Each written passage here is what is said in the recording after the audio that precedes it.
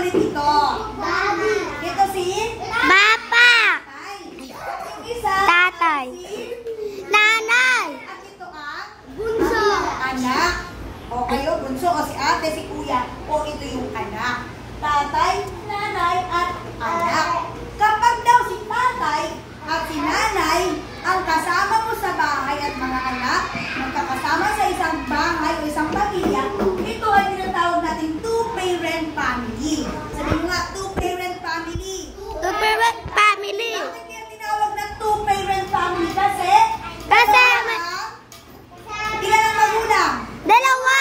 Okay, kasi two-parent family siya kasi dalawa ang magulang doon sa isang pamilya. Pag pinili mo pamilya, eto rin dyan. So ito, ano ang